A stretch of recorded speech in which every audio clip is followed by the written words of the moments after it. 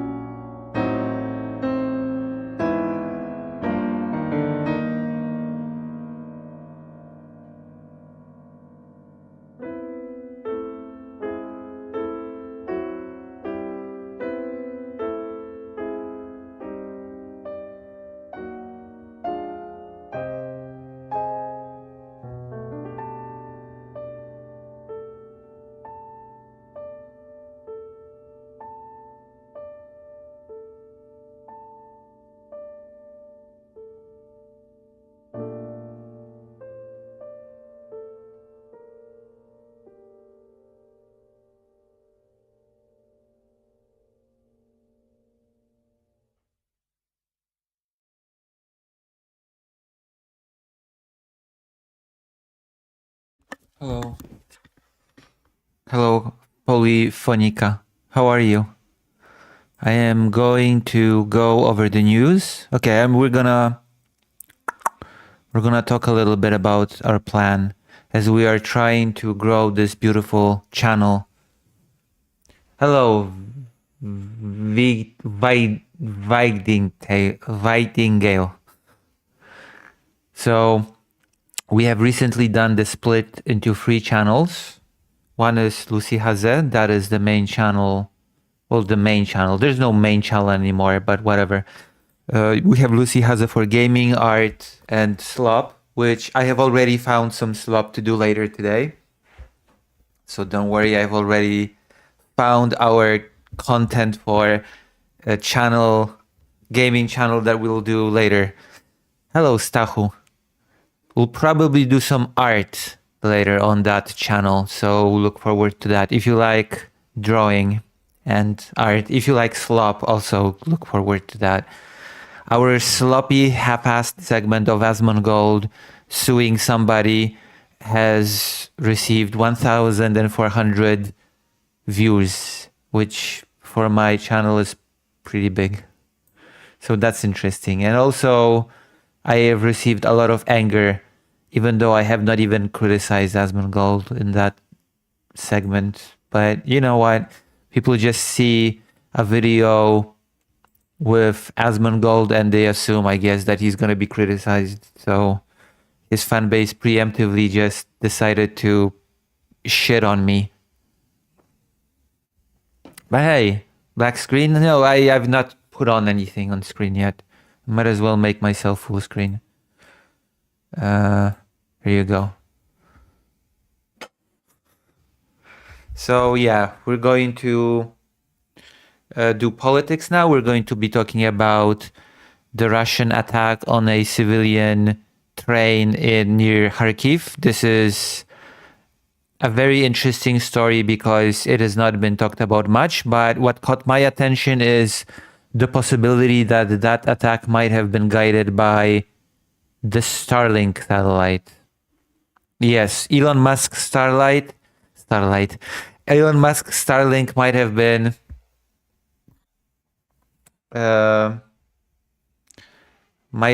a guiding factor to Trump's attack. Okay, I'm gonna repeat for Estelle. I'm gonna repeat for you what the plan is for today. So first, politics.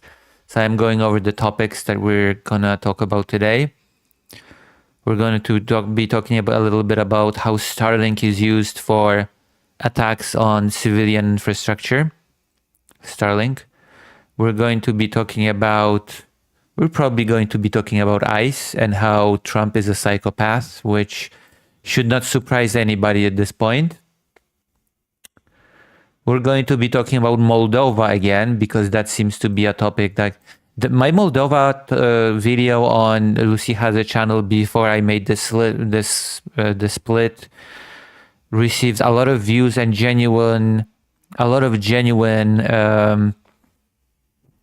should I put it, engagement. The video that I put up about Moldova possibly wanting to reunite with Romania has gained a lot of views and genuine interest. It was one of those videos that actually received a lot of views and genuine comments that were not just hate comments, that engaged with the topic that I talked about. So that made me happy. I'm already uploading my second Moldova video about Moldova leaving the Commonwealth of Independent States, which I explain what that is in the video. Today I'm going to do a third Moldova topic because Moldova seems to be something that keeps giving. The president of Moldova said that she would vote yes in a referendum to rejoin with Romania. And now the prime minister of Romania has actually also said that if there was such a referendum, he would also vote for the reunification of these countries. So there seems to be a will on both sides for a reunification, which is very interesting, and we're probably going to be talking about that as well. I don't think there are many other content creators that actually talk about this topic.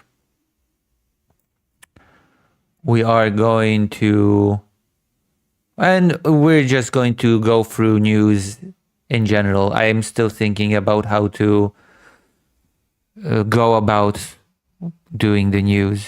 Maybe we'll read the articles and then I'm going to give my summary and thoughts, and the summary and thoughts will be the actual segment and not reading the article at all. I think that might be a good way to go about it. Then, so we're going to do some politics, and then we're going to switch to the Lucy Haze channel. We're going to do some slop. We're going to do a video game. And if there is interest, genuine interest, I am going to do some art. I'm going to draw some art, which I like drawing. So, that is definitely something that I like doing. Also, how did your reading go, Estelle? I was there for a hot moment. How was the reading?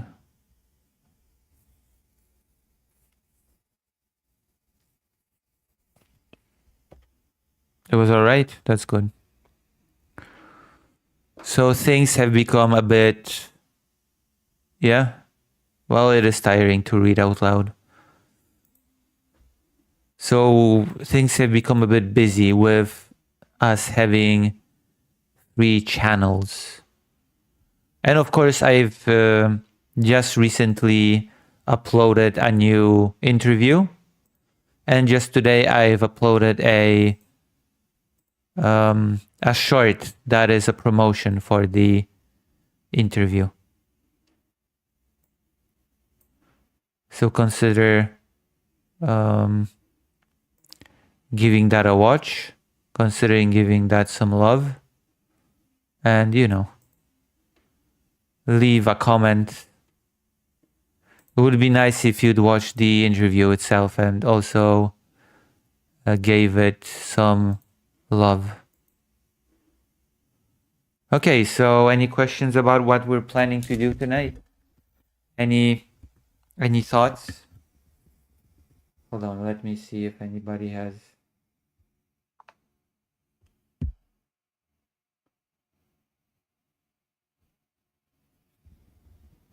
I watched the short. What did you think of it? Do you think it's a good idea for a short? I'm gonna upload tomorrow. I'm going to upload a second short with the second exercise. Yeah. Nice. Thank you. Also, what did you think of the short? I like the idea of uploading a short that's basically an exercise telling what to do when you have a panic attack, because it's not just a promo for the interview. It actually is just a useful short. I feel like, I feel like you can just watch that short alone and get something out of it if you have panic attacks, One other exercise that one other advice that he gives, which is I find it's very interesting, I want to upload it as a short, is when he says that when you start shaking, when you're so stressed and so into your emotions that your body just starts shaking uncontrollably, the best thing to do is to shake even more on purpose. Like if your body's shaking, shake even more, like drastically. And then your brain gets confused. Your brain apparently kind of goes into a mode of, hey, something's wrong. That's not normal. Shaking so much is not normal. And then the brain tries to calm down the body and stop the shaking. Apparently that is how that works.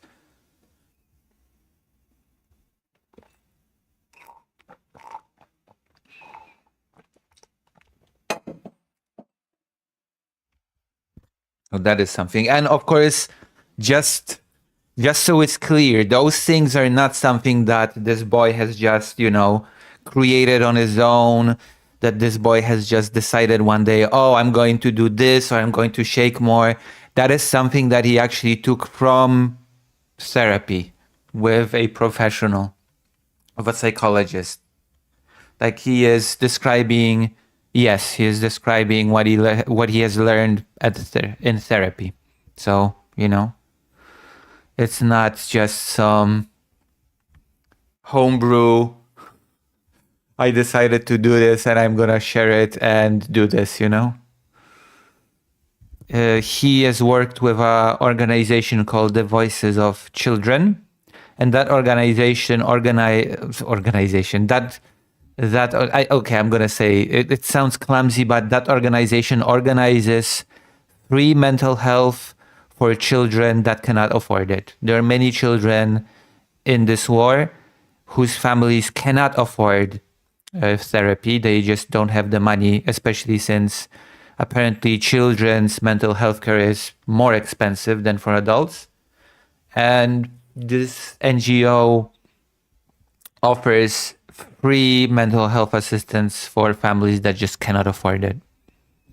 So that's pretty cool. That alone is pretty cool. That organizations such as this exist and offer such a service. Right. I'm gonna correct my hair a bit because I look like a mess. So in other words, things are going pretty well, all things considered. Things are going well on the films channel. Things are going well on the network channel, although I feel like its growth is a little bit slower compared to the other channels, but that's fine. I'm sure that network will gain traction as well as we continue to stream and upload segments. I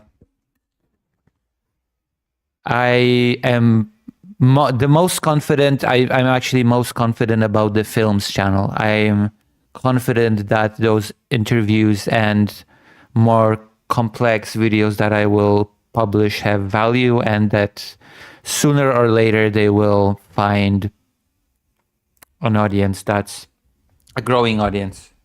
So I'm confident in that, actually. And the live channels, you know, in time, I'm also confident that they will grow. All right. Any thoughts before I move on to my first topic of the night? Any,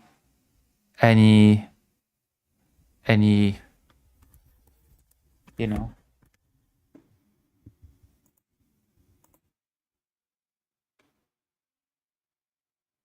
Oh, actually, network could also be your article that got published.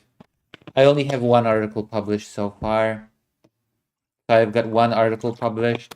My second article did not make it because I sent it too late. I'm going to contact the person who I work with and ask if any of my articles are going to be in the newest issue of the magazine, because it's a tri-monthly magazine.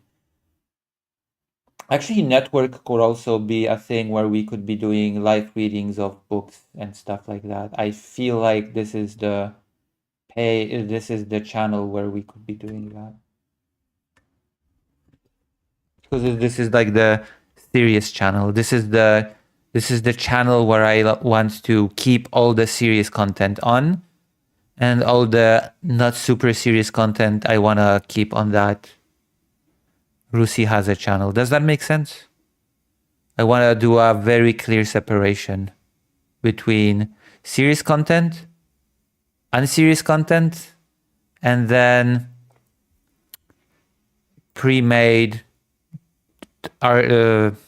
interviews and documentaries.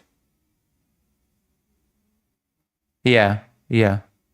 We could continue the frames. That was what I was thinking, to continue maybe on this channel, the frames of war reading. Yeah. I just like to organize a framework where we can have a schedule for that, where I can just tell to people, if you want to listen to more Butler, then come on this day and time.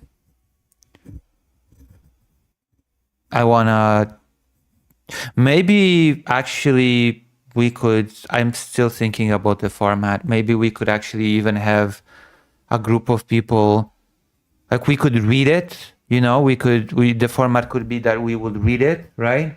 We would read a paragraph, and then we would be inviting people from audience to voice chat to discuss it, not just amongst ourselves, but with people as well. Yeah. Yeah. To have a variety of opinions on the thing, not just you and me.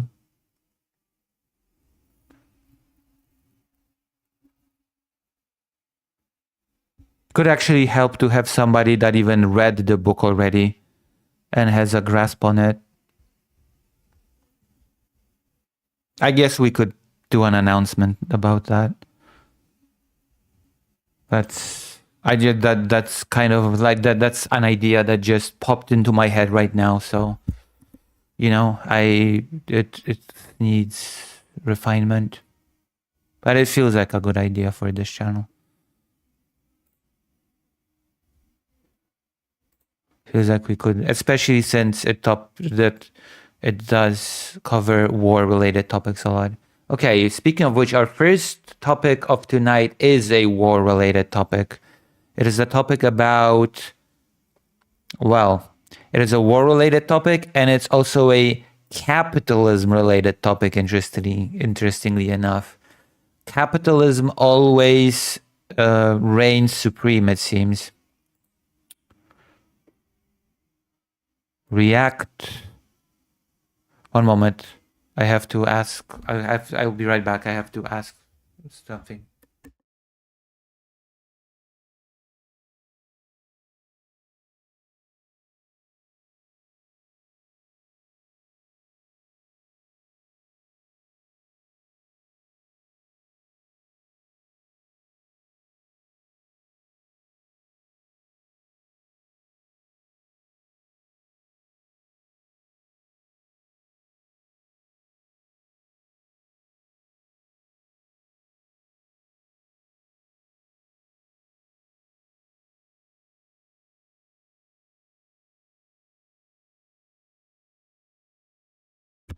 My apologies, I had to turn something down. We're going to be talking about Russia, drones. We're going to be talking about Elon Musk, because that's always a topic of discussion. Elon Musk and his misadventures. We're going to be talking about Starlink. So let me just put this on browser.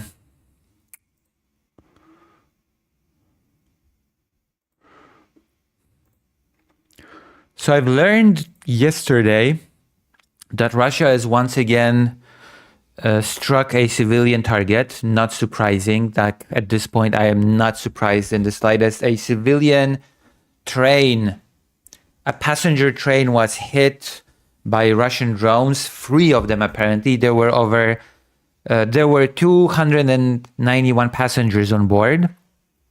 Some of them were hurt.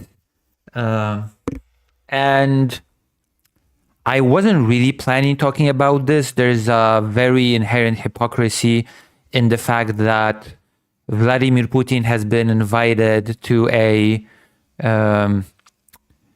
peace group, it actually has a name. This peace group has a name. What's it called? Putin has been invited by Trump to be a member, and he accepted. Okay, he has accepted the nomination and is now part of the peace board. That's the name, the peace board. So there's this very interesting hypocrisy about the fact that Putin, a member of a Trump-made peace board, is very busy bombing civilian infrastructure, attacking passenger trains with drones. And that alone would not be enough for me to make a whole stream segment about it. But what this made me decide to do it was that apparently there's a strong possibility that the attack might have been guided using Elon Musk's Starlink, which puts a whole other disgusting element on the whole thing. The fact that Elon Musk talks a big game about wanting to make the world a better place, how his technology will solve all problems. Soon enough, nobody will ever need a job. We will all receive a huge, tasty income, and AI and robots will just do everything for us. Everything will be wonderful. The world will be fixed. Elon Musk is going to fix the world. Meanwhile, in the real world, Elon Musk's technology is actively being used to, allegedly, it has not been 100% proven, but if it's true, then Elon Musk's technology is being actively used to attack civilian infrastructure and vehicles, in this case, a train. As Ukraine accuses Russia of terrorism with deadly strike on train, is Starlink helping Moscow target civilians? And as much as this is unconfirmed, as much as there's no 100% definitive evidence of Starlink being used for attacking this train, there's also a precedent of the Russian forces using smuggled Starlink systems in order to gain more visibility, for information gathered. The Russian forces have been using Starlink. So this would not be a surprise at all if it would turn out to be true. The question is, what is Elon Musk going to do about it? Especially since Elon Musk has gotten into a bit of a scuffle with the Polish Minister of Foreign Affairs, Radosław Sikorski, over this very topic, over the topic of Starlinks being used for attacking of civilian infrastructure. We're going to get into that as well, but first let's get into the details of this and learn what we know of the possible use of Starlink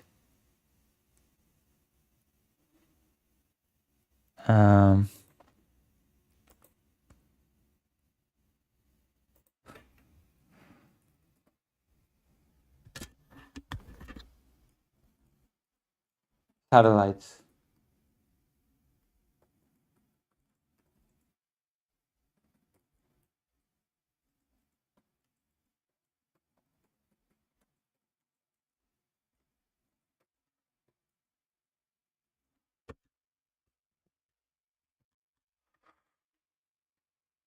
Okay. All right. Kyiv. A Russian drone hit a Ukrainian passenger train traveling in Ukraine's eastern Kharkiv region Tuesday, killing at least 5 people. So we already know there are victims to this.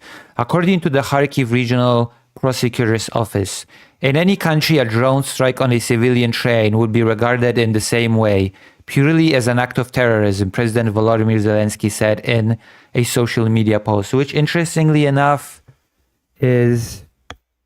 This has been a very underreported topic, this whole attack on the train. I guess the world has gotten so used to Russia attacking civilian infrastructure that it just doesn't think that it's notable enough to talk about. And this is especially a big problem right now as Vladimir Putin, and I have said it a few times already, is now a member of a peace board. A board of countries that are working towards peace as created by Donald Trump. So are you really surprised that almost no European countries joined this peace board, that Ukraine very adamantly refused to join it, refused to be on the same board as Vladimir Putin when he is a founding member of a peace organization while actively killing civilians in Ukraine and waging war against it? This sounds like this feels like a parody. This feels like some alternative reality, or at least an Onion article. Peace board member bombs passenger train. Imagine seeing that kind of a headline. Peace board member bombs passenger train. Like this feels like a satire to me. But it's not. It's not satire. It's reality. It's reality that is also actively being actually created by Donald Trump. This reality where nothing really actually matters. It doesn't matter if you're a war criminal. You're going to be invited to a peace board. Yeah? Okay? You're trying to genocide a nation actively. You're bombing the cities. You're bombing the trains. No problem. If you pay $1 billion, you can be a member of a peace board. You also can be a messenger of peace, a harbinger of peace. Actually, if you really think about it, if you really squint your eyes, then maybe actually it's Ukraine that is at fault for this war. Russia actually wants peace. Don't worry about it.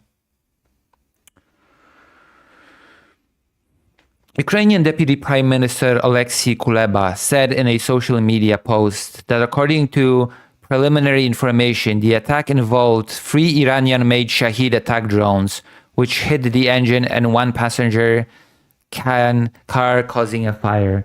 Which, again, I hate to be that person, but considering the Trump administration policy regarding this war, I can say now that Russia is using Iranian drones, parts from China and Europe,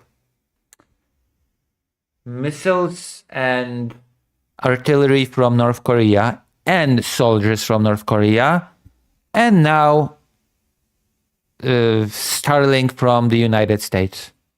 Brilliant. Russia is really being very supported in this war, sadly. Like, there were 291 passengers on board. People were evacuated as quickly as possible, he said, echoing Zelensky in calling the strike a direct act of Russian terror against civilians. No military target. Also, from what I understand, it was not just a single drone. It was 3 drones. So it was not a mistake. It was not just a drone running out of fuel that was directed at any target. It was a deliberate strike, as far as I understand. Russia's government routinely denies targeting civilian infrastructure, but there was no specific reaction from the Kremlin or Russian military to the allegation that it had deliberately struck a train carrying civilians, which by the way, this is not the first time that Russia has hit a civilian train during this war. This has happened before. Russia using Starlink to deadly effect. Oh, this is the part that actually made me want to talk about this on stream. Strikes on Ukrainian civilians and critical infrastructure have intensified in recent months, and experts say Russia has adapted its offensive capabilities to evade Ukraine's air defenses. Last year, the Ukraine Air War Monitor Journal noted an 18% decline in Ukraine's drone interception rate. Alexei Balesta, Deputy Minister for Development of Communities and Territories of Ukraine, told CBS News on Wednesday that Russia has been using larger drones in higher quantities, which is increasing the lethality of its strikes. But according to a recent report from the Washington, D.C.-based Institute for the Study of War, another reason for Russia's deadlier strikes is its use of Starlink satellite systems to more accurately hit targets. So, just the United States is just not an ally of Russia because of Trump not willing to pressure Russia when it comes to negotiations. Now it just receives support from Elon Musk, allegedly. Right? This week, Polish Foreign Minister Radosław Sikorski raised the issue with Elon Musk, whose company SpaceX owns and operates the Starlink satellite network. In a post on Musk's platform, Sikorski asked the American businessman to stop the Russians from using Starlink to target Ukrainian cities. And I want to show you the original tweet, okay? I want to show you the actual tweet because this is interesting. Very interesting indeed.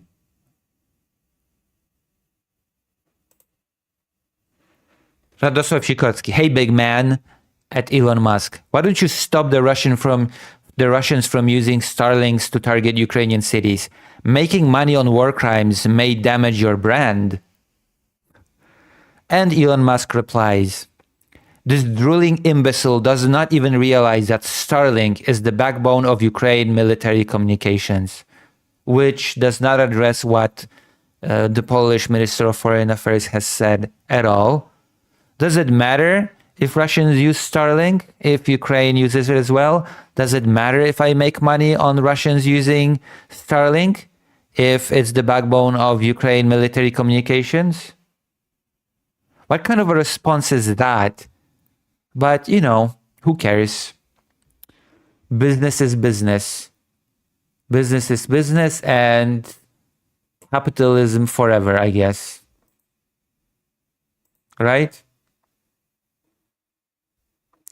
Capitalism reigns supreme forever. So on X, Musk called Sikorski a drooling imbecile and said that Starlink's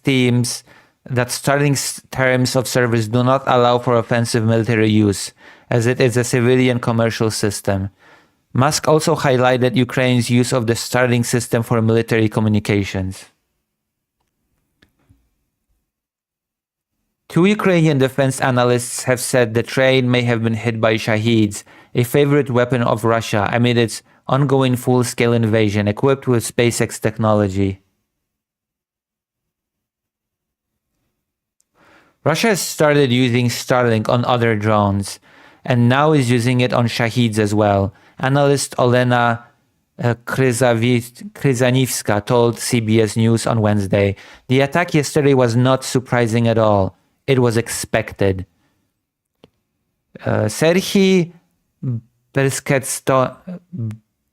Beskertsnov, a Ukrainian military analyst and expert on drone warfare, said in a social media post Wednesday that the moving train was hit by Shaheeds with online control, which would point to Starlink, because they have been smuggled. Okay, they have not been used offensively with the blessing of Elon Musk, but it doesn't change the fact that Elon Musk is not effectively doing anything about it. Russia's taking the drones, Russia's taking the Starlink system from Elon Musk, and Musk is not doing anything to stop it.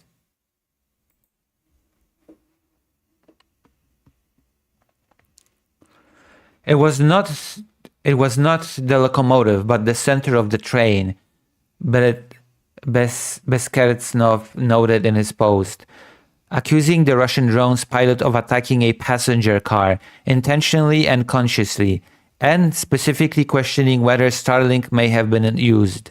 SpaceX did not respond to a request for comment by CBS News on the claims that its Starlink technology may have been used in the drone strike on the train and by Russian forces more widely to target civilian infrastructure in Ukraine.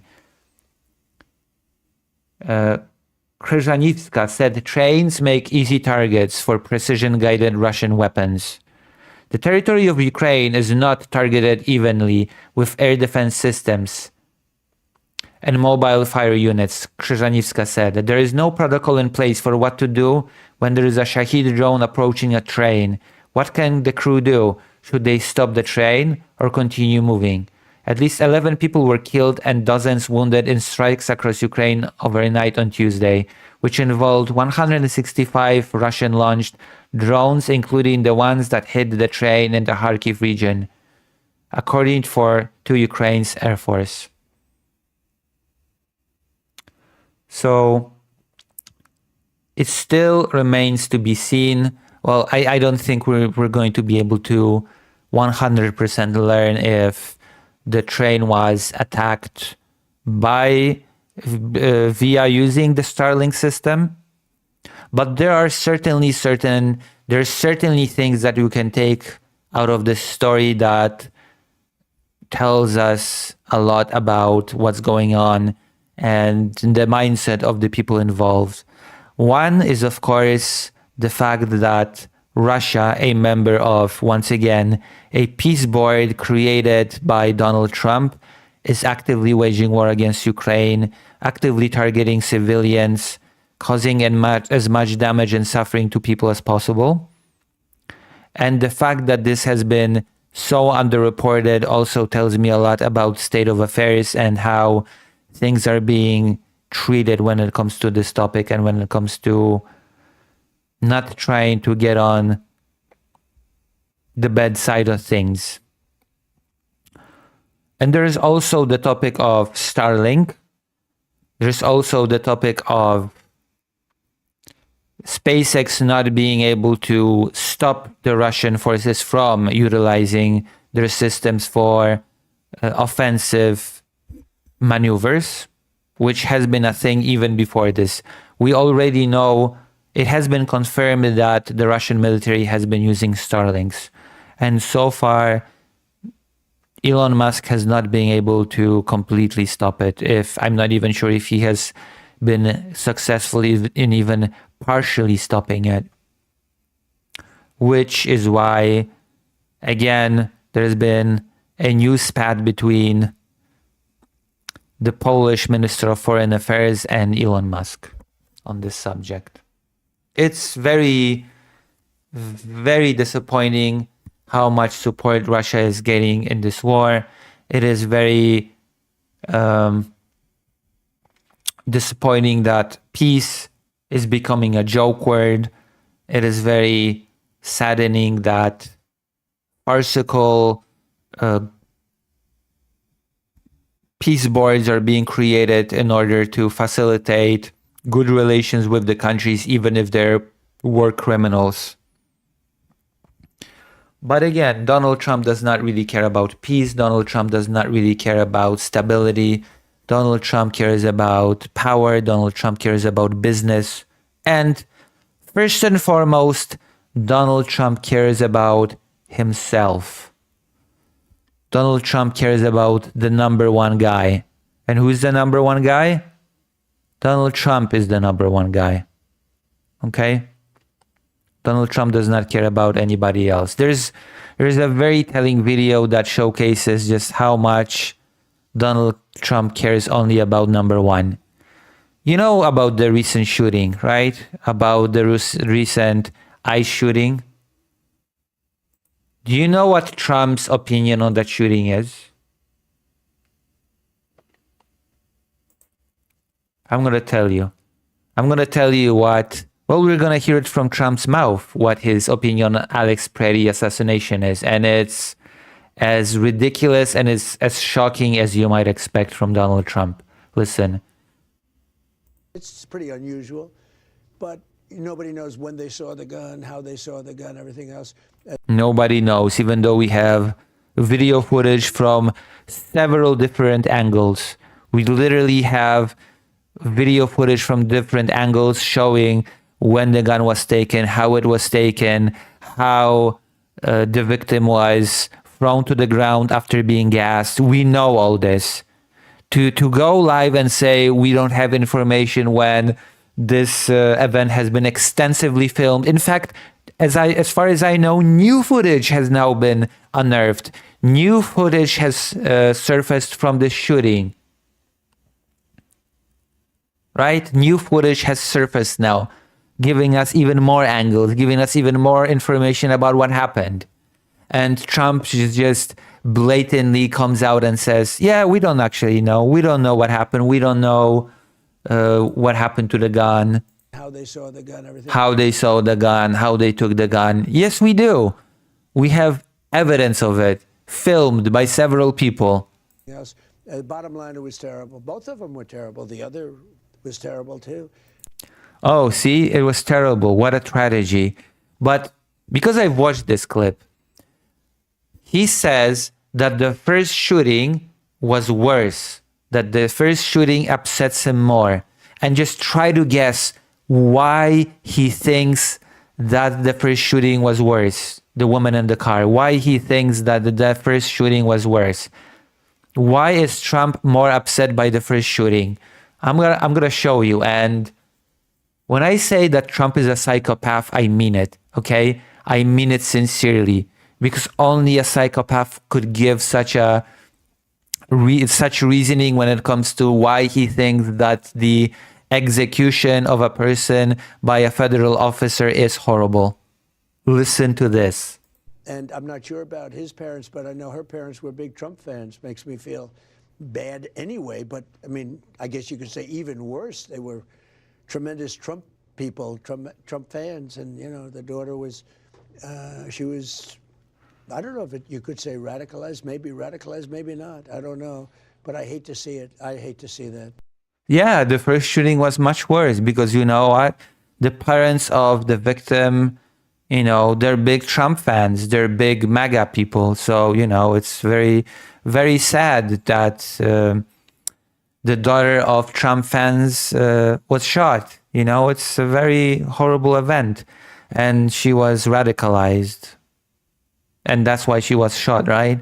Because she was radicalized. Because once you oppose Trump's SA brown shirts, your life is forfeit at that point. It doesn't matter. Nobody cares, okay? You're a nurse that tries to help a person that was thrown to the ground. Well, you're going to be gassed, thrown to the ground yourself, and shot after being disarmed, of course. This is insanity. The main criteria on whether or not a person's death is a horrible tragedy is whether or not the family of the victims were Trump supporters. Because that is all that matters. Everything is about Trump. No matter what the situation, no matter what the context, it's all about Trump's ego. It's all about how it affects Trump personally. It's all about his cult of personality. The people that worship Trump are more worthy of living, is what I'm hearing here. And what a thing to say as a president of the United States, who, again, it's his little army of thugs that is killing. He didn't say that it's unacceptable for ICE to be shooting civilians and US citizens. He did not say that. He just said that he actually very timidly, very passively justified what has happened here by saying, yeah, she was radicalized. It's horrible, but she was radicalized. As if there was any sort of proper explanation as to why she was shot. But you know what? This is the president that we've got. You bring up the term. It's pretty unusual. It's pretty unusual. But nobody knows when they saw the gun. You know, what happened to the guy is pretty unusual, which sadly enough with ICE, it is actually becoming increasingly more usual. In a very short span of time, 2 US citizens were shot. So is it really that unusual? I'm not sure anymore. Like, I'm just waiting. I'm just expecting at this point that another shooting will happen. I will not be surprised if in very near future another shooting will take place. Because unlike what Trump says, I don't think it's that unusual that a band of untrained thugs harassing people will make that sort of thing, will do that sort of thing, will shoot somebody. I don't think it's that unusual, considering the whole context about ICE. Which, by the way, I have to repeat this once again, ICE is not police. ICE is not supposed to be arresting citizens. ICE is not supposed to be fighting protests. ICE is supposed to be, technically speaking, on paper, investigating into who is or is not undocumented in the United States, who is an undocumented immigrant. That's it. Anything that is not their job. But suddenly we see ICE doing all sorts of things, entering people's homes, which in a private memo, ICE agents have received instructions that they do not need a warrant to enter people's homes, to enter private property. ICE is being given a level of power that it should absolutely not have, and as far as I know, legally does not have, and yet is being actively defended by Donald Trump and his administration.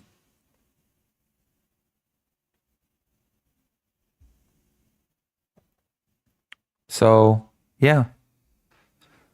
I guess as long as your family members are, you can take solace in the fact that as long as your family members are Trump supporters, Trump will feel sorry for your death when an ICE officer will shoot you.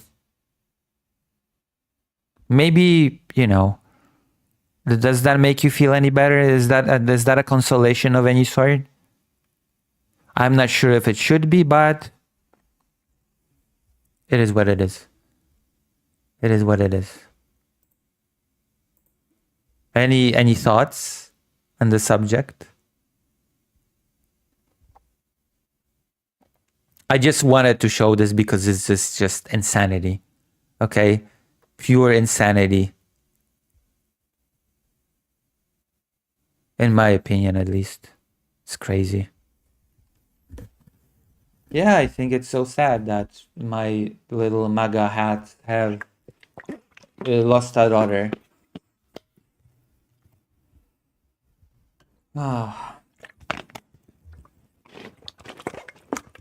We're going through the news like crazy. Okay. For the viewers that... Oh, okay. I'm going to engage with the audience right now. Death of Pogos. Do you think the scapegoating will actually work? Like how they fired Bovino? No, I don't think so. This is too big of a problem. This has become too big. The protests are too all-encompassing. I think that the fact that 2 shootings happened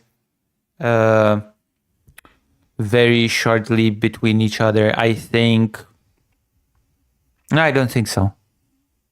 Also, there's been a wide... The administration as a whole has been doing too much justifying for what happened. That's one thing. There's also the fact that there's just too many systemic stuff surrounding that actions of ICE as of late to just fire individuals and be like, oh yeah, that's it, okay? And there's also Trump shooting himself in the foot by going live on air and saying, we don't know what happened. We don't know who took the gun, when took the gun, how they took the gun, and why, when we have several people filming the event from different angles, okay? And as far as I know, there is new footage that has been found now of the shooting. Like you cannot just, in light of all the evidence, go live and say, yeah, we don't know what happened. It's all a mystery. It's all one big blur. But it's unusual, though. Unusual. Very unusual. So how do we... By the way, we have covered 2 topics, okay? I'm going to repeat the plan for today. We're going to do a few more segments, 1 or 2 more segments on the politics side. And we're going to switch gears to the other channel after politics. And we're going to do a game and we're going to do slop. So for those who are here, because we are trying to grow this channel, I'm trying to do my best to grow all 3 channels by doing content and being active on all 3. How do you like the split so far? How do you like the execution of the idea of splitting Lucy Hazet into 3 separate channels? Please give me your opinions in the chat.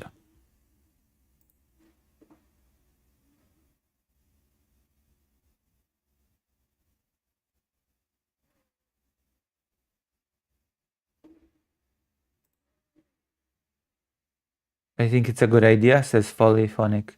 Polyphonic, are you interested in the news, politics? Are you interested in gaming as well? Are you interested in all three channels, or are you interested in one in particular?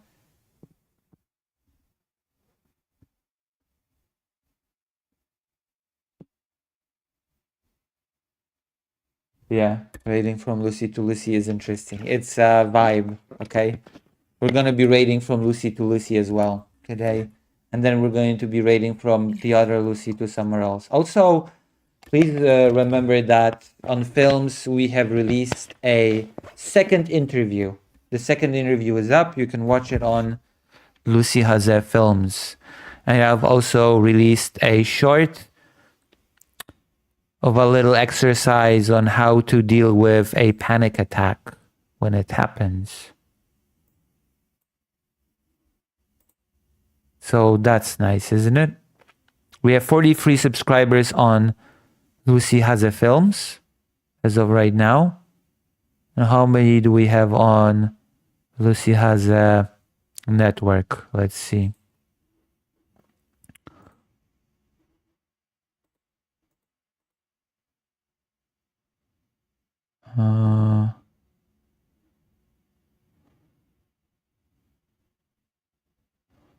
We have quite a few on Lucy Haze Network as well. 12, I think.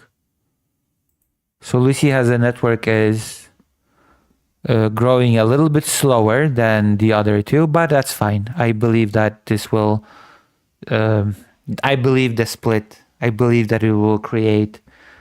it will make people focused on one thing to be able to comment, not feel that they are not watching what they signed up for.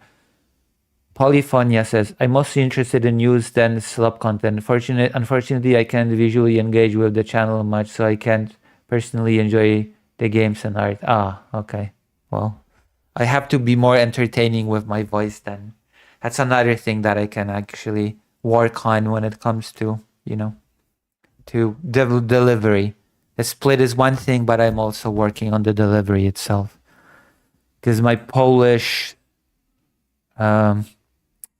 how do I say? My Polish instincts are kicking in and I'm very dry and slow and deadpan, you know? So I'm trying to work hard. I'm trying to do my best. Well, I am doing my best. Okay?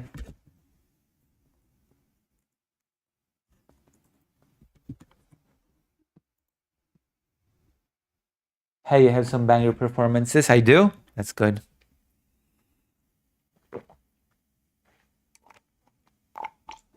That is good. That is good. Because I've been said that I'm the champion of the deadpan stare. So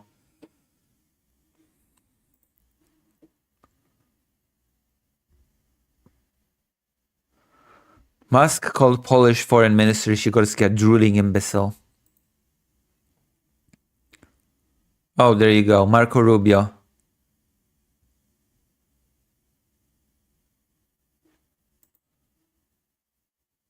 Journalist rescues child. Steal. There you go. Romanian PM. That is a topic that I really wanted to talk about because, well, what can I say? It seems like I'm the only person when it comes to political commentary that has decided to take on the topic of Moldova.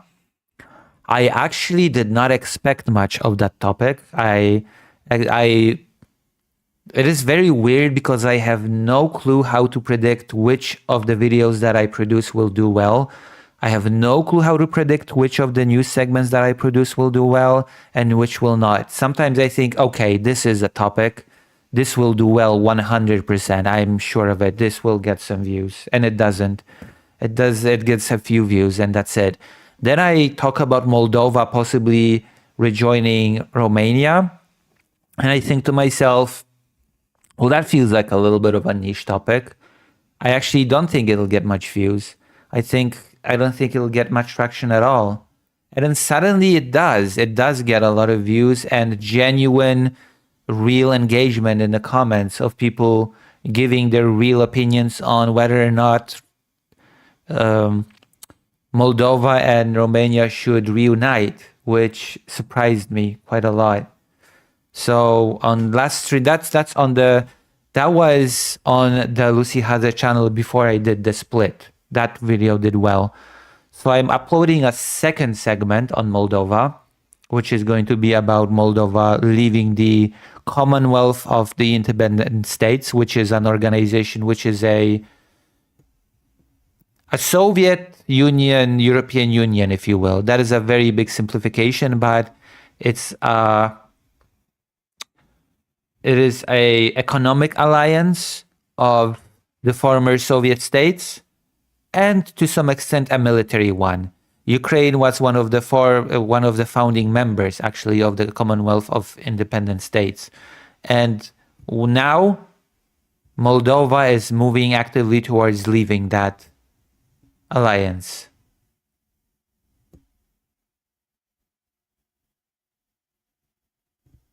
And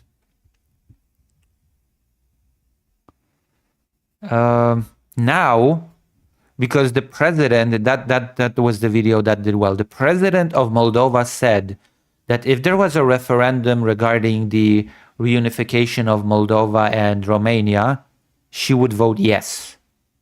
She would vote yes 100%, because Moldova and Romania historically have been one country, and because of the Molotov-Ribbentrop Pact, the part of the country that is now Moldova has landed in the Soviet Union, and after the fall of the Soviet Union, that part has become an independent country, Moldova. And of course, Russia has carved out Transnistria out of that region, out of that country. And now there has always been discussion about reunification, and now this conversation has once again gained traction because of the grown dangers from Russia, because the danger from Russia is bigger than it has been in a long time. There is renewed interest, it seems, on both sides when it comes to the idea of reunifying those two countries to become one again. So as soon after the president of Moldova said that she would vote yes in a referendum like that, the Romanian prime minister says he would also vote yes for unification with Moldova in a referendum, which makes it not just, oh, Moldova is starting to discuss reunification and the interest is growing. No, it seems like this kind of interest is on both sides, which makes me actually question, which makes me ask, is it possible that sooner or later this will actually happen?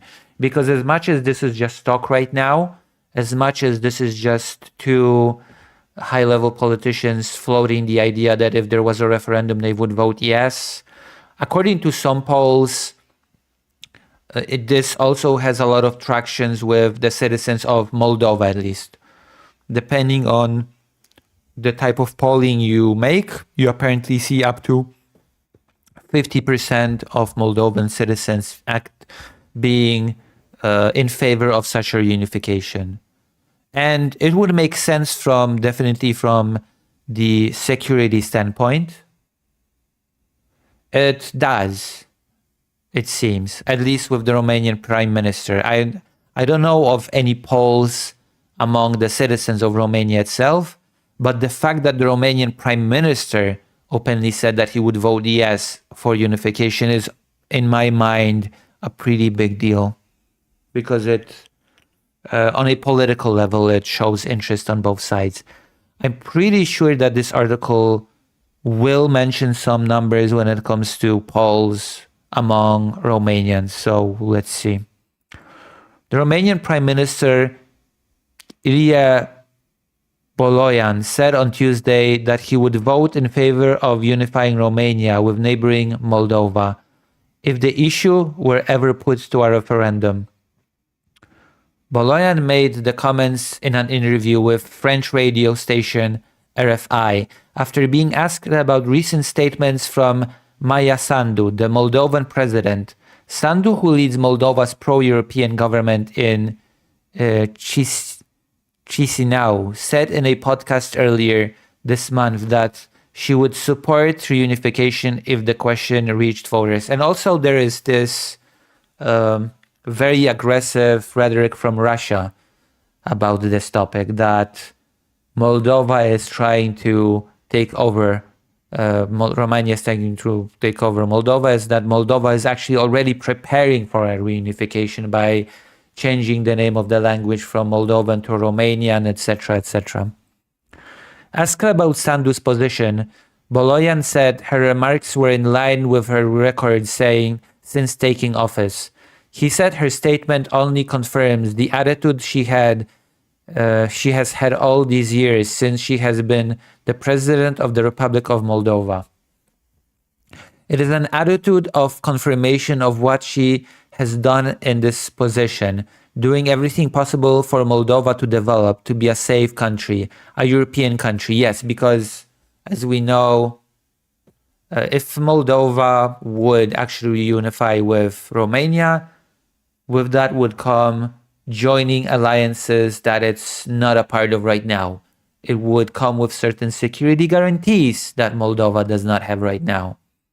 He said, and this means, first of all, a path to Europe through Romania, to European Union.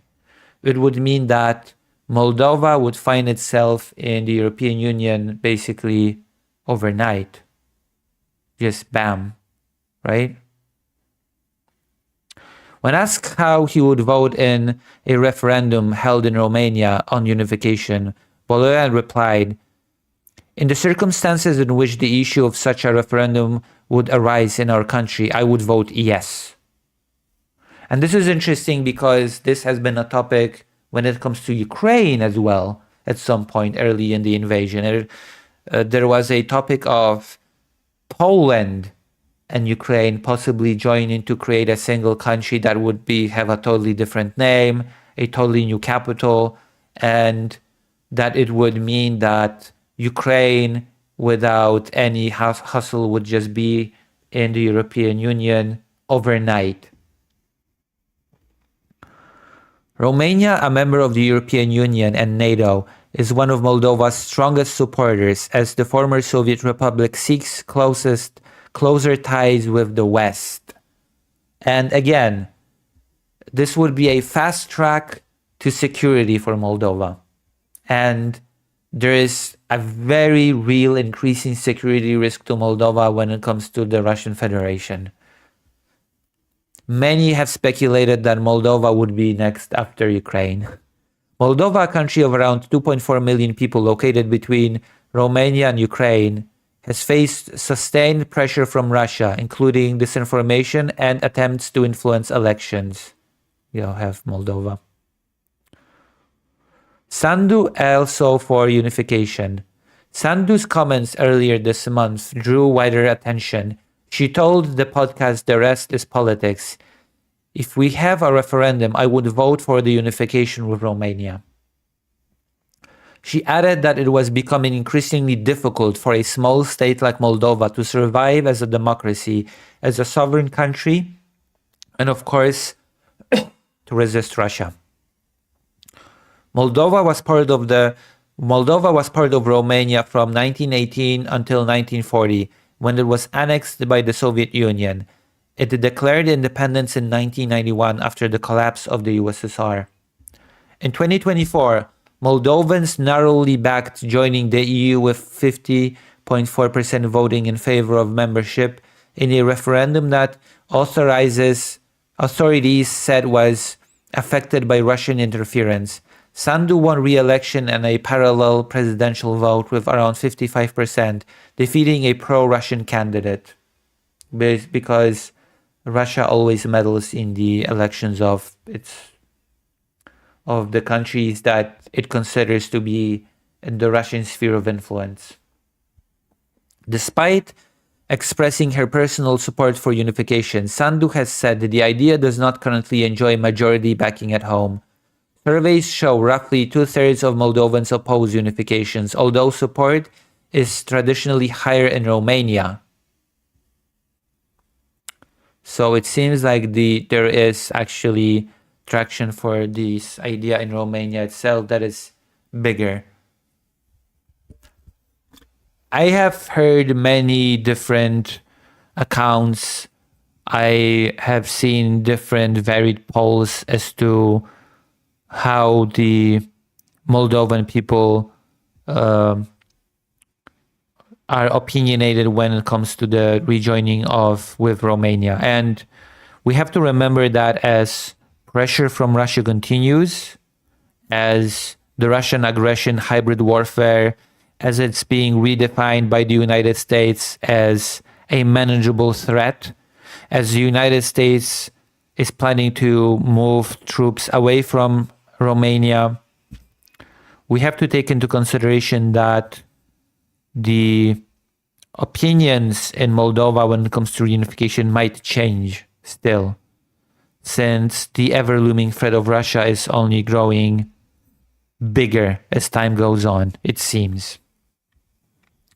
I do not know if it will lead to any more substantiated, any more serious moves towards reunification. I cannot tell you if Moldova and Romania will ever reunify to be a single country. But again, the fact that the topic is being seriously discussed at such a high level of government makes me feel that this is worth covering, that this is worth discussing, that this is worth deliberating about. I don't think this is just something that can be brushed off as something that will definitely never happen. This could very well happen if the circumstances were right, depending on how Russia chooses to continue with its international policy. I will definitely keep posting new reports on what's happening in Moldova when it comes to this topic, because it has definitely caught my interest, especially considering just how much of a response I've gotten to my other when I spoke about it last.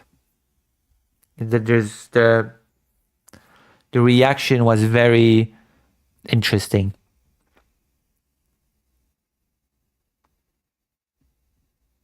All right. We have done free politics. I am proud. I'm very proud of us. How are we feeling? Do we feel like the Moldova topic is interesting? How do you feel about Moldova?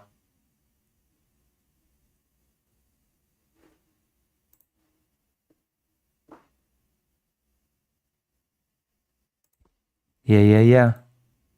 Remember, I'm the only political streamer that will actually talk about Moldova, okay? Nobody else will. We can just forget it.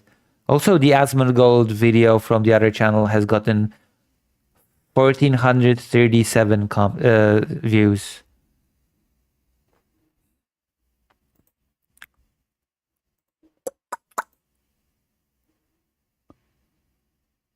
Yeah, thank you. Thank you very much. Phew. I'm hoping that with time, as I continue the channel specialization, yeah, that is pretty good. I've been sworn by Asmongold haters. I'm hoping that as I continue with the channel specialization, things will settle and that steady growth will follow, you know? But people will not wonder, oh, Lucy started stream, I wonder what random thing it will be. No, it will be like, oh, it's network. Okay, so it's definitely going to be politics. Oh, it's Lucy Haze, it's definitely going to be a game. Or it's films, so I can wait for a interview or a documentary to be out. I think it's good. It's a good system. It is remain to be seen how much dividend it will bring. Let's see. Let's see here. Also, I'm not sure how to deal with. I'm not sure because most people don't know this channel, so I'm definitely not going to be receiving many raids from people for now, unless people will, I don't know, tell other streamers that, oh, Lucy has a network now and it's cool and raid, please. Then for politics, you know?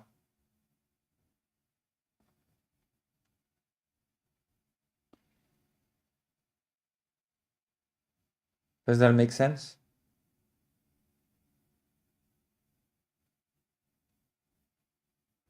To me, it sucks that maybe you're moving towards this out of fear, like how you said that it's hard to be a small. Yeah, they are moving, definitely. It's security. The move is being done out of security concerns, first and foremost, from the Moldovan perspective, that is.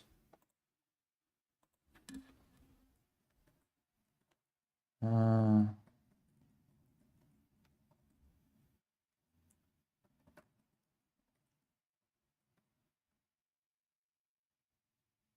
uh,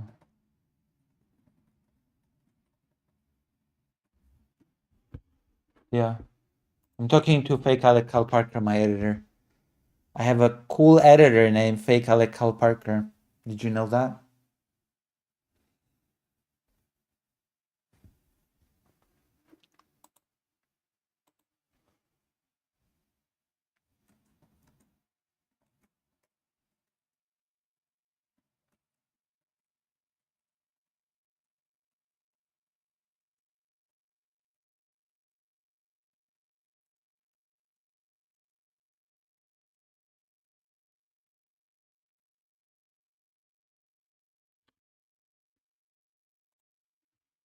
I guess I would rather be a security hostage to the EU than to this, yes. Yeah. True.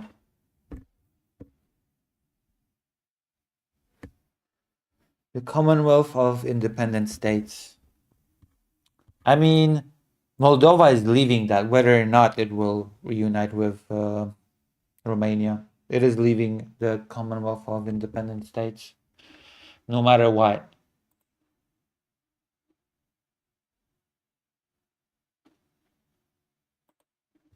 It seems like a journalist has rescued a 4-year-old girl from a burning apartment. Finally, some good news. A superhero. You know? A superhero. A war correspondent rescued a 4-year-old girl from a burning apartment near Kyiv after a Russian drone struck the building, killing the child's mother and stepfather. Marian Kushnir, a journalist with the Ukrainian service of Radio Liberty, said he was at home when the drone struck the roof of his apartment building in the village of Bilohorodka, about 25 kilometers west of the Ukrainian capital, early on Wednesday morning.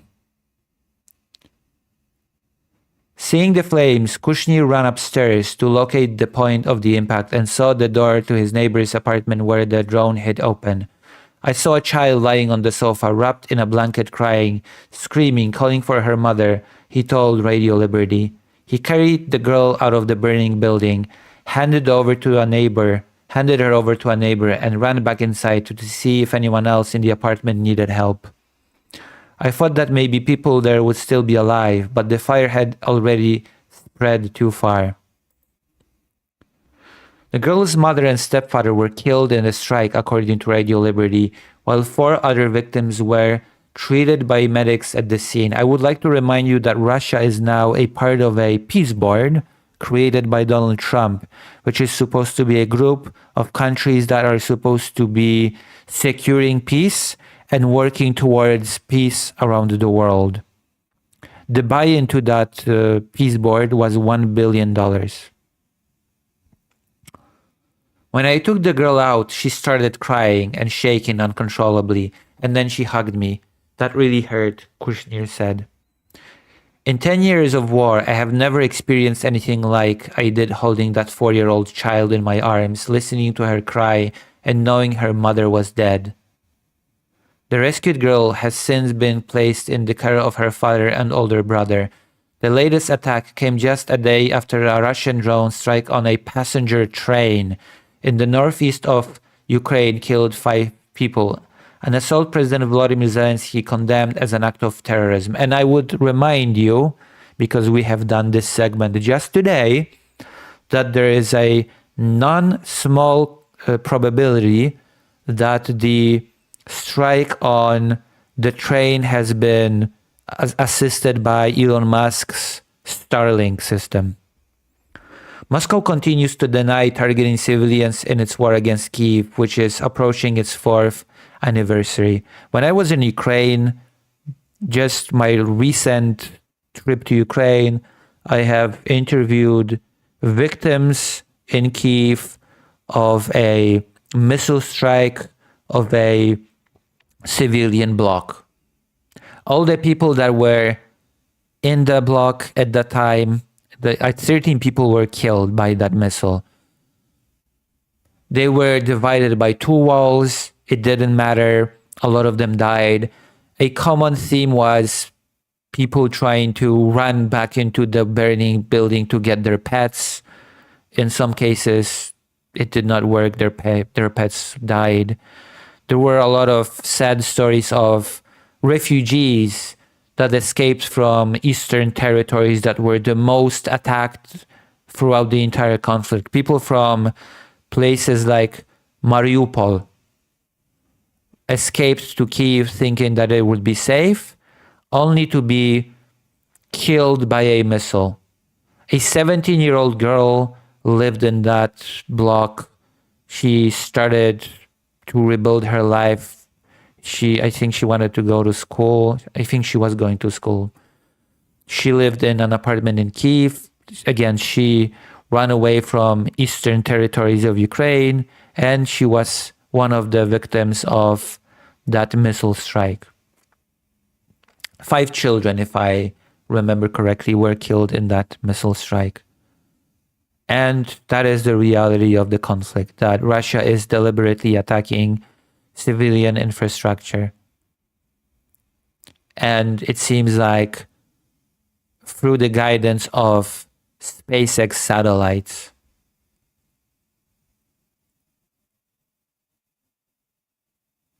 Right? Like even when I'm in Kyiv myself, very frequently, even during stream, I can hear explosions outside the window. I can hear anti-air teams working, shooting down various things. Sometimes the explosions are very close. Sometimes the building shakes a little. The one time that I removed the background silencer in OBS on the microphone, suddenly for a brief moment the audience could hear like a bunch of explosions when I was streaming during an air raid. It's a common occurrence. It happens almost every single day. And Russia will just say, oh yeah, we were just striking military targets. Did that cancer hospital for children? That was a military target for sure. It's all military targets without exception. So at least it's nice to see a positive story for once. Well, God, I don't even know if I could call it a positive story because, yeah, the girl was saved by the journalist, but her mother and stepfather were just killed.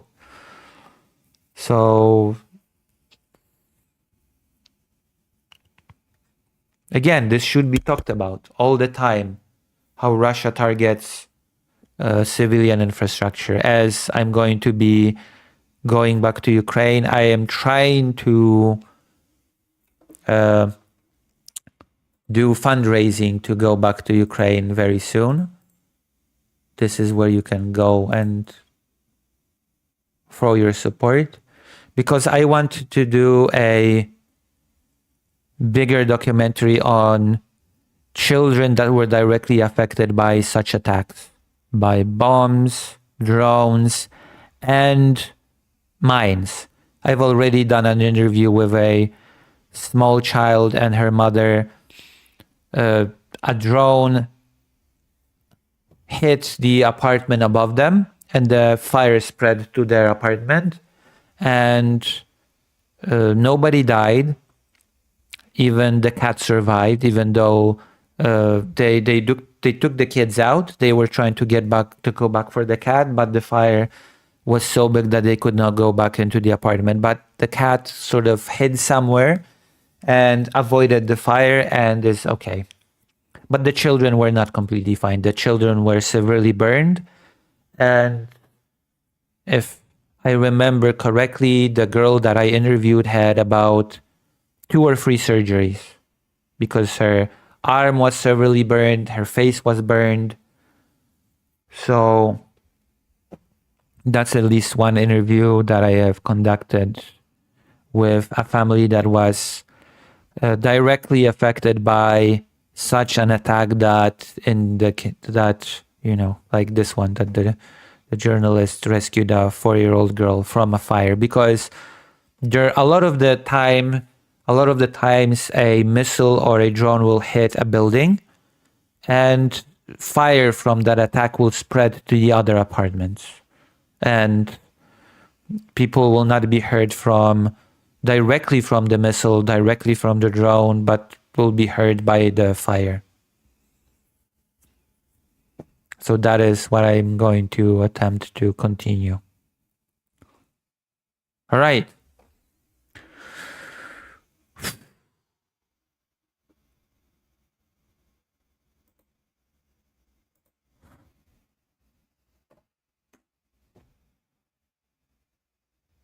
All right, I'm going to go to the toilet. I'm going to grab a drink, and I would love to hear your thoughts on matters.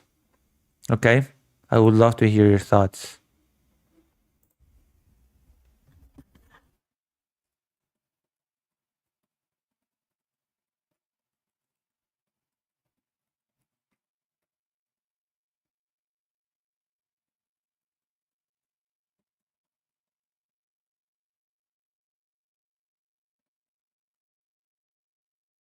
All right, I'm going to the toilet.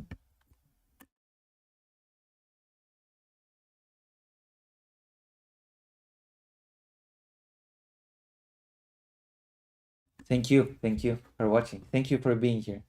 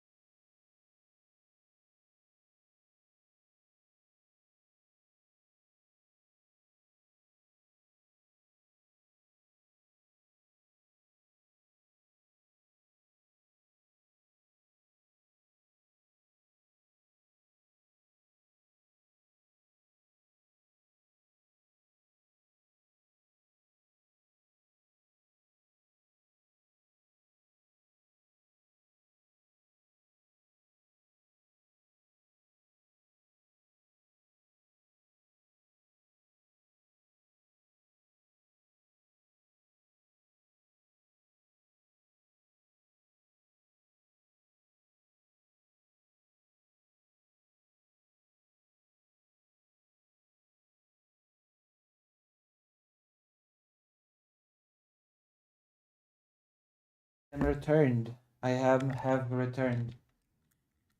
We are uploading new segments as I speak. Okay, I am very excited.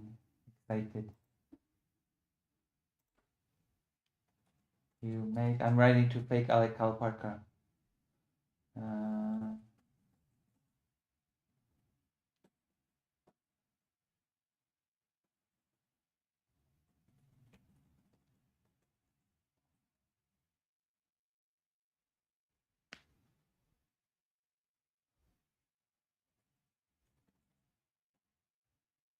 uh,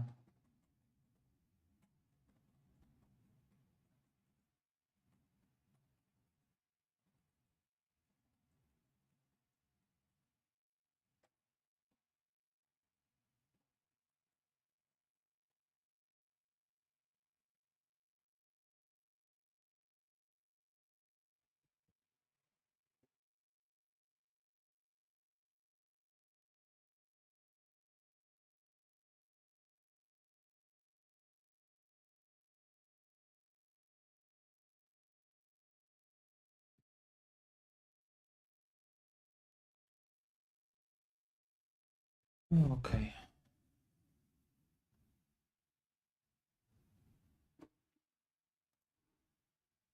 All right, ready. Let me check something.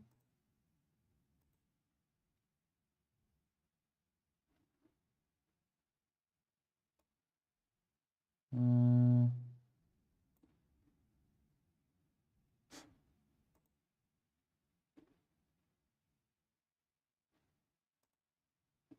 all right. Any thoughts? You're all still here, right?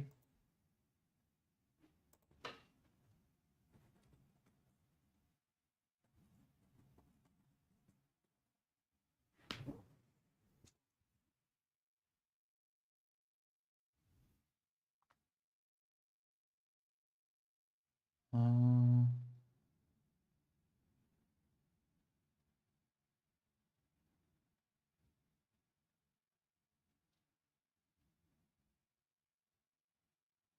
where's the-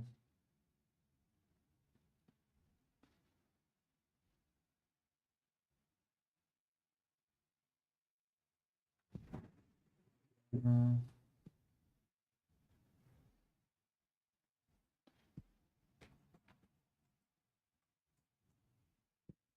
right. Oh no, don't go to bed. You're one of my 6 viewers. All right.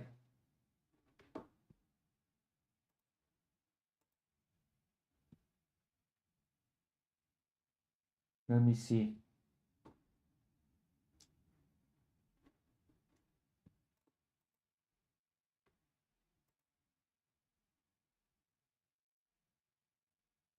Oh yeah, Iran also has. I'm not sure if you want to talk about Iran. Iran has rejected Trump's denuclearization demands. That's a thing. They have completely rejected the idea of um, scaling down the nuclear program, and they have rejected the idea of reducing the number of missiles. Hello, Kui Tekos. Hola. Hola, hola. And Trump warns Iran to make nuclear deal or next attack will be far worse, which interestingly enough, during his first term, Trump was the one to break an existing nuclear deal, which was actually not that bad, the deal. Wait, what is interesting, Kuitekos? What is interesting?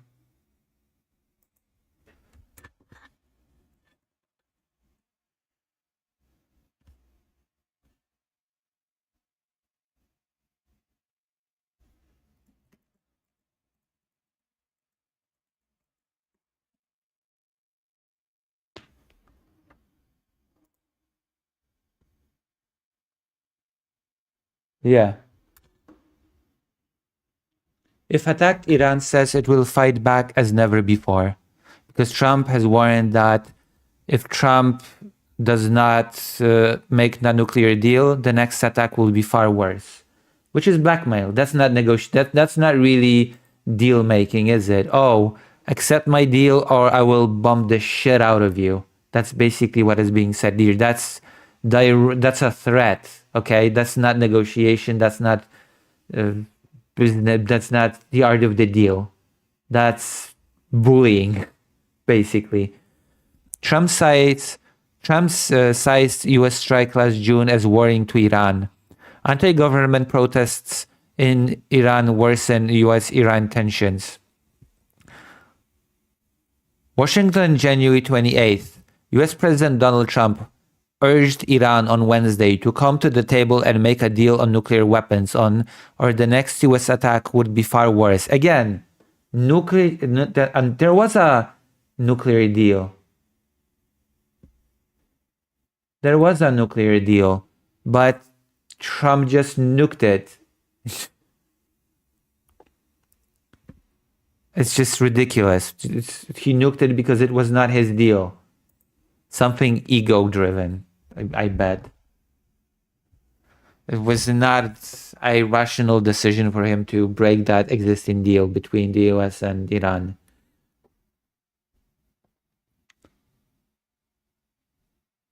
A deal on nuclear or the next US attack will be far worse. Tehran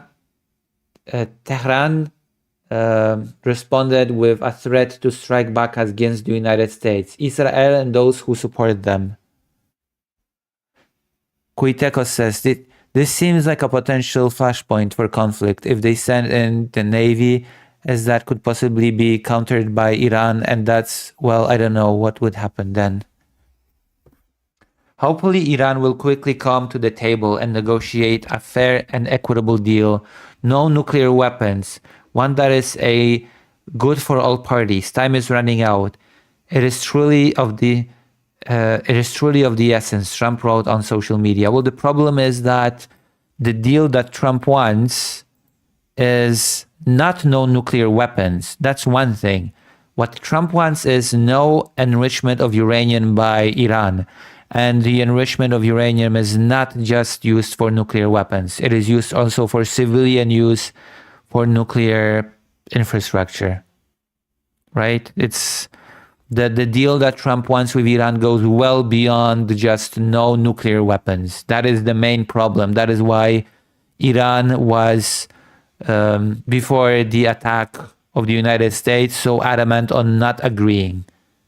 Because Trump said you will not be able to enrich uranium at all. You will have to buy it from abroad. You know, the United States has just declared you will not enrich uranium at all, and you will have to buy enriched uranium from abroad, which is, I will say it, an unreasonable demand. This is not a reasonable demand. Countries have the right to enrich their own uranium if it's not for the purpose of building nuclear weapons. And there was not even clear evidence that Iran was actually moving towards procurement of nuclear weapons.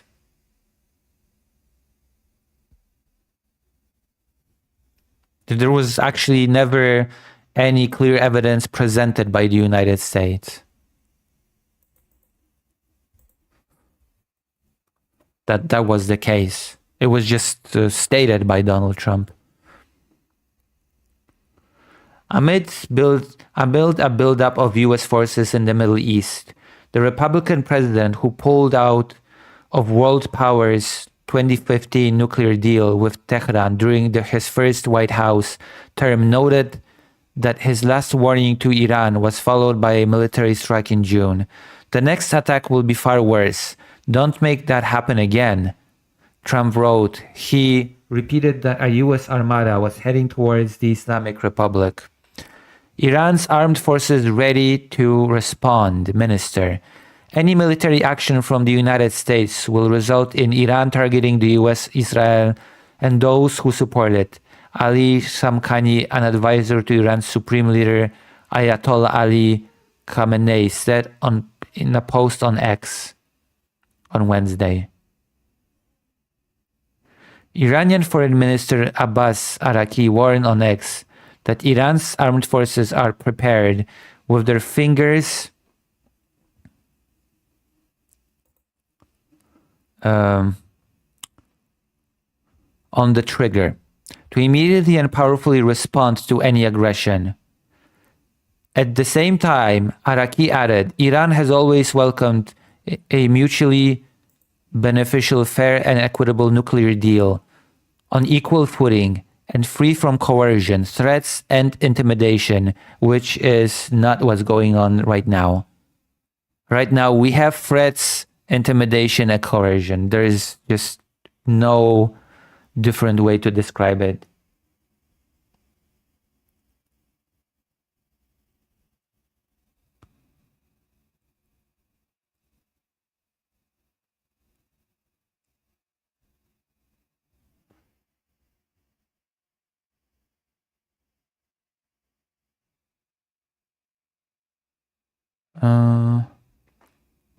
Which ensures Iran's rights to peaceful nuclear technology and guarantees no nuclear weapons. And that is not what the demands of the United States were. The United States once again demanded there will be no enrichment of uranium, period, no matter for what purpose. And that is not something that, in my opinion, Iran should have to agree to. Trump says warships approaching Iran. Trump said a U.S. naval force headed by the aircraft carrier USS Abraham Lincoln was approaching Iran. Two U.S. officials told Reuters on Monday the Lincoln and supporting warships had arrived in the Middle East. The warships started moving from the Asia-Pacific region last week as U.S.-Iranian tensions soared following a bloody crackdown on protests across Iran by its clerical authorities in recent weeks. Trump has repeatedly threatened to intervene if Iran continued to kill protesters, but the countrywide demonstrations over economic privations and political repressions have since abated. Yeah, Trump was just said, yeah, the killing stopped, so I don't have to do anything anymore. He has said the United States would act if Tehran resumed its nuclear program after the June airstrikes. Also, Iran has said very clearly right after the strikes that it would not halt the program by Israeli and U.S. forces on key nuclear installations. Earlier on Wednesday, U.S. Secretary of State Marco Rubio told Congressional Committee the Iranian government is probably weaker than it has ever been, and its economy is in collapse. He predicted that street protests would spark up again. But according to multiple U.S. intelligence reports, while the economic conditions that sparked the protests remain, the upper ranks of the Iranian government appear to be intact, with no major fractures. Two people familiar with the matter said. The European Union was poised to include Iran's Islamic Revolutionary Guard Corps on its list of terrorist organizations after France said on Wednesday it would support the move. EU foreign ministers will meet in Brussels on Thursday and are due to sign off on the new sanctions in response to Iran's crackdown on protests. Reporting by Doina Chiaku, Michelle... Okay. So, once again, Trump was the one to break the deal that was in place, the nuclear deal, that specified very directly to what level Iran could enrich its uranium. It basically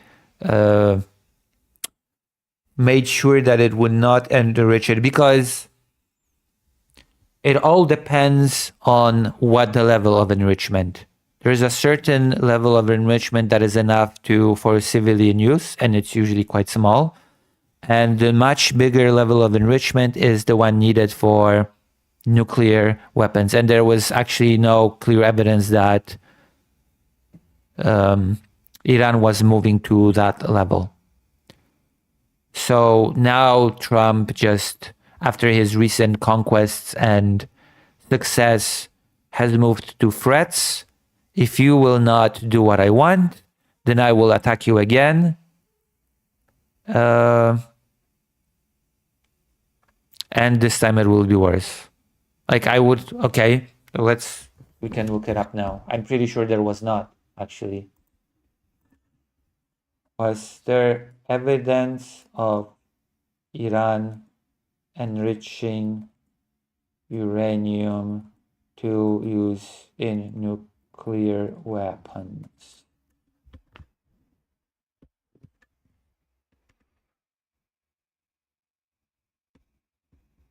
Evidence shows that Iran has accumulated significant amounts of uranium enriched to 60% purity, which is a short technical step from 90% weapons grade, and has increased its capabilities beyond JCPOA limits. While the IAEA notes this poses serious risks and some intelligence suggests research into weaponization, it has not been officially confirmed that Iran is actively building a nuclear weapon.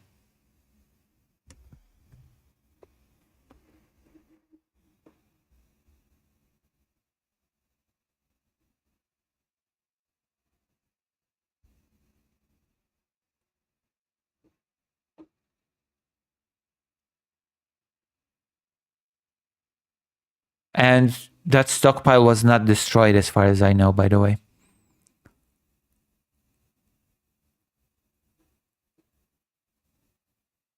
Was Iran months away from producing a nuclear bomb?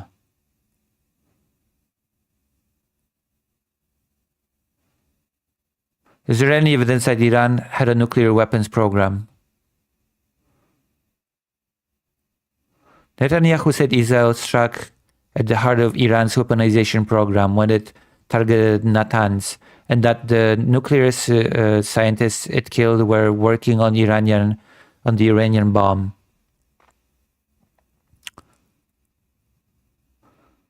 The Israeli military said it had accumulated in recent months intelligence showing that concrete progress had been made in the Iranian regime's efforts to produce weapons components adapted for nuclear bomb, including a uranium metal core and a neutron source initiator for triggering the nuclear explosion. However, Kelsey Davenport, director for non-proliferation policy at the US-based Arms Control Association, told the BBC on Friday that Israel's prime minister did not present any clear or compelling evidence that Iran was on the brink of weaponizing. There you go. There was no evidence.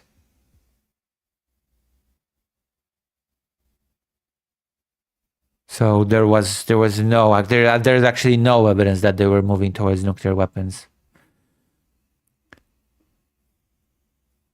Iran has been at near zero breakout for months, she told the BBC, referring to the time it would take Iran to acquire enough fissile material for one bomb if it chose to do so.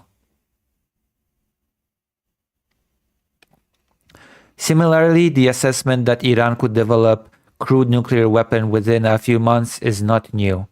She said some of Iran's nuclear activities would be applicable to developing a bomb, but US intelligence agencies had assessed that Iran was not engaged in key weaponization work.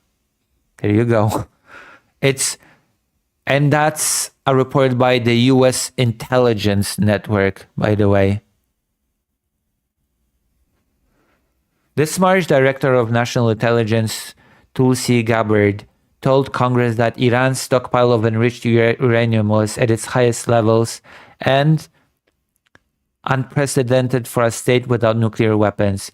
But Gabbard also said the US intelligence community continues to assess that Iran is not building a nuclear weapon, and Supreme Leader Ayatollah Ali Khamenei has not authorized the nuclear weapons program that he suspended in 2003. By the way, I still remember when Trump, upon hearing this report, said, well, you know what? She is wrong. Gabbard is wrong. I remember when Trump said that.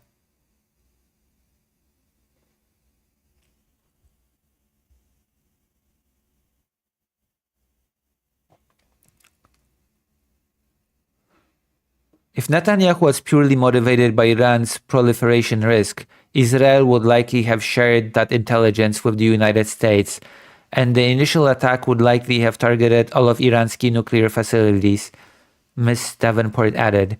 When asked by the BBC about Israel's claim on Monday that Director General of the International Atomic Energy Agency, IAEA, Rafael Grossi said, "This is their evaluation of the situation. I'm not familiar with the internal reports of information that they may have.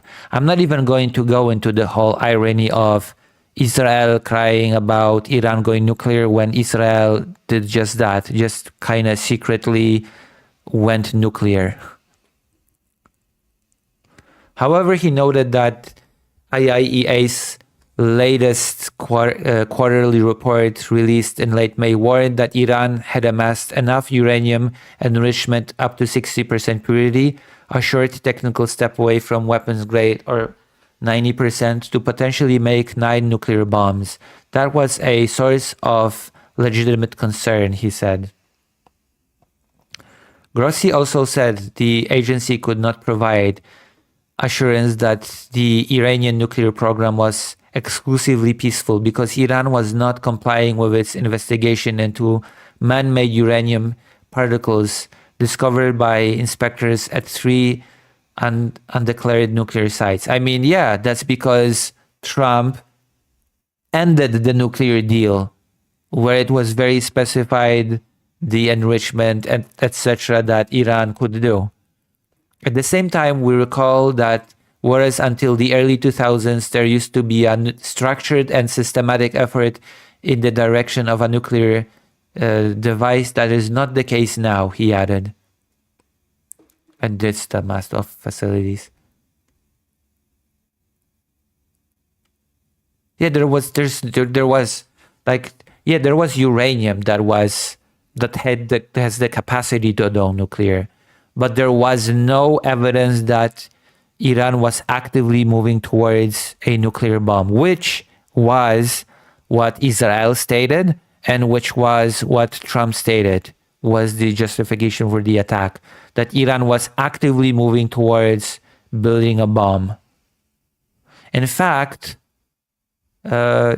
Israel went further. Israel said that Iran was actively preparing to commit a Holocaust against the West.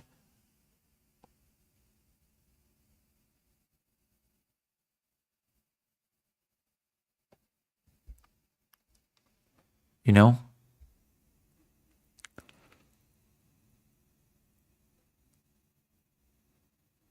It's not really more complicated than that, actually. Yeah, they stockpiled it, and it could be used for a nuclear weapon, but there was no evidence that they were actively moving towards the nuclear weapon now.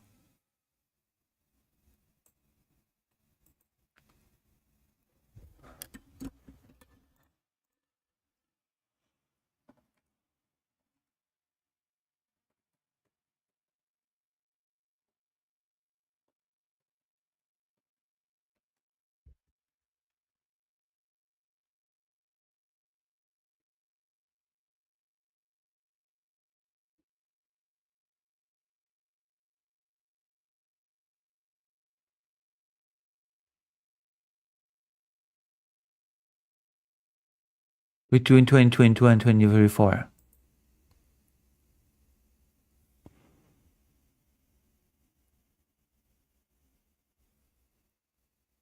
Yeah, but saying we have the means to build nuclear weapons if you push us far enough is a far cry from we are actively building a nuke and preparing to nuke you all, which is, again, what Israel was saying and what Trump was saying.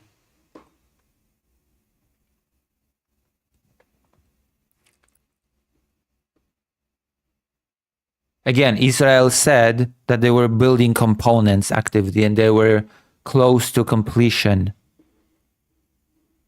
All right. We've done this. We have done the deed.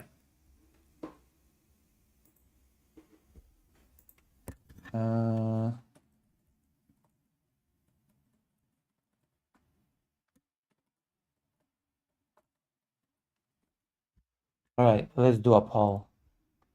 Because we've been streaming for 2 hours. 2 hours of politics. Do you wish more politics or switch to gaming plus slop channel stream? Okay. More politics, please. Time for the other stream. Boom. Let's see. And in the meantime, I will have to check something.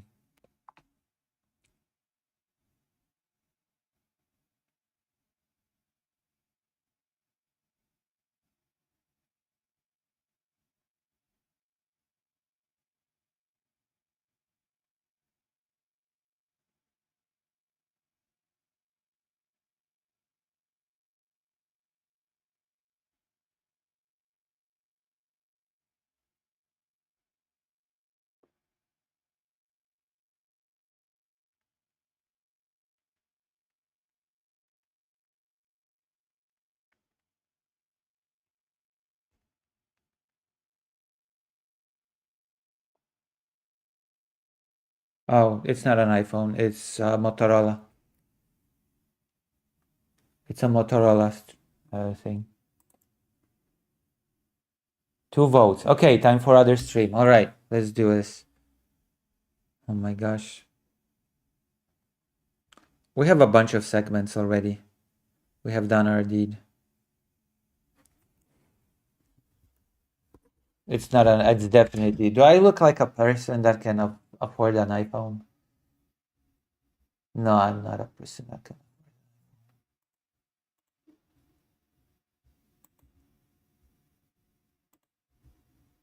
Why would you accuse me of such a thing?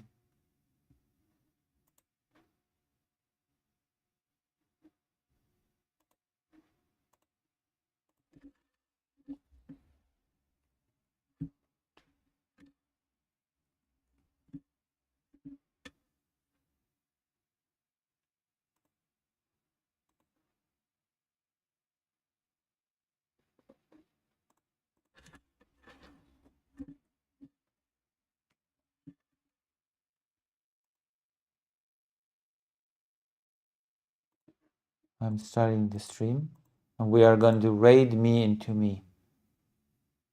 Isn't that cool? Now we're going to raid me into me. It's the most interesting thing in the world. Lucy is raiding into Lucy.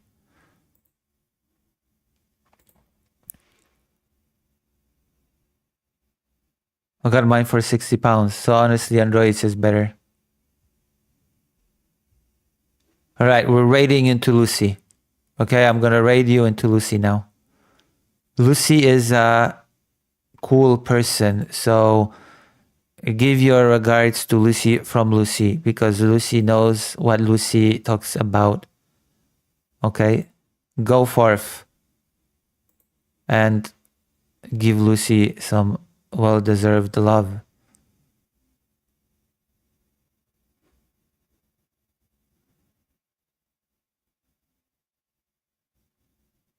Can I even raid?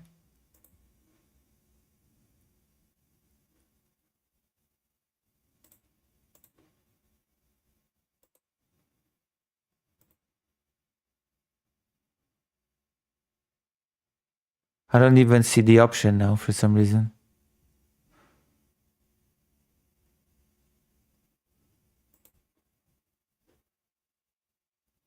No, wait. Yes, I do. I think.